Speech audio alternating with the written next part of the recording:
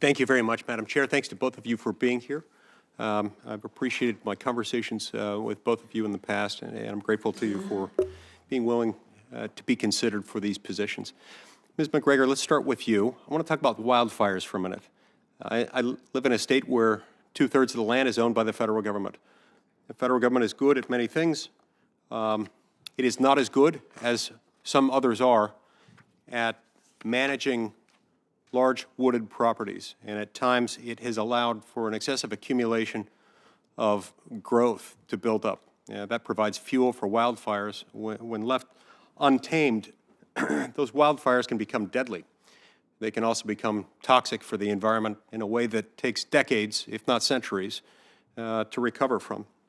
What do you think are the biggest hurdles to effectively and actively managing our nation's federal lands so as to prevent these massive wildfires from destroying habitats and watersheds, destroying air quality and water quality, and even lives and livelihoods across the West?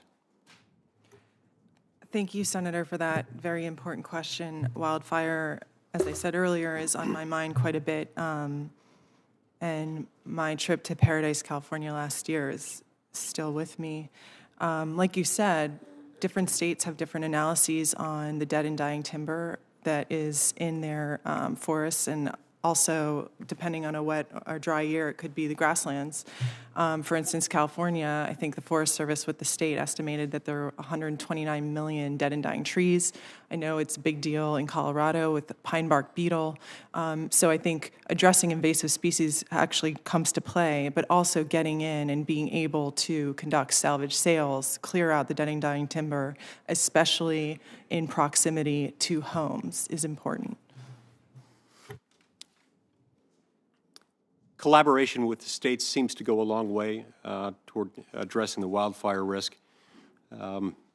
States in the past, including and especially in my own state, have done a lot to identify, sometimes years, sometimes decades in advance, wildfire risk that could be nascent and inchoate at the time and build into something that's much more clear and present. And so when the federal counterparts to these state agencies issue warnings and make and encourage the federal agencies involved to take action, that can be helpful. This is also important just with land use planning generally, with the resource management planning process. Collaboration is an important thing. The Department of the Interior has had a mixed record over the years in terms of its collaboration with state officials.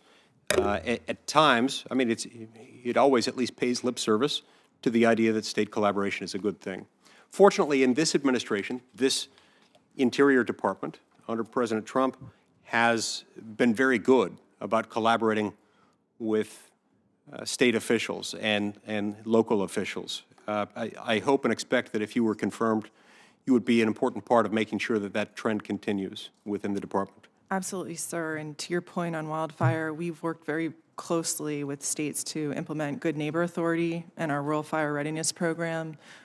We give away excess equipment to states. We all fight fire together. That's really important. On resource management plans, I think one of the big frustrations is how long it takes.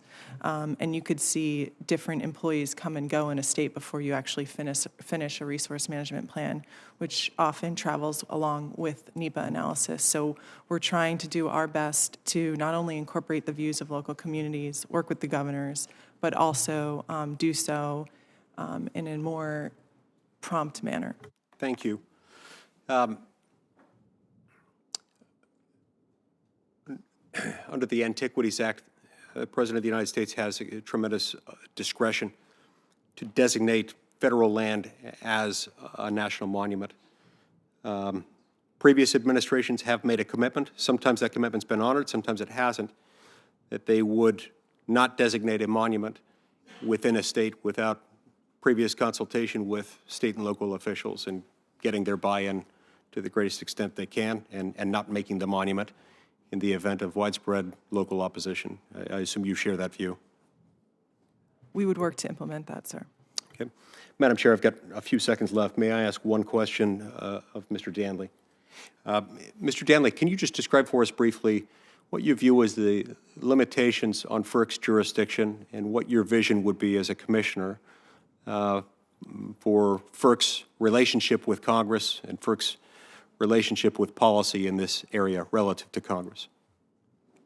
That is a big question, Senator. So thank you. It was either going to be that or why do bad things happen to good people? So I figured that was easier.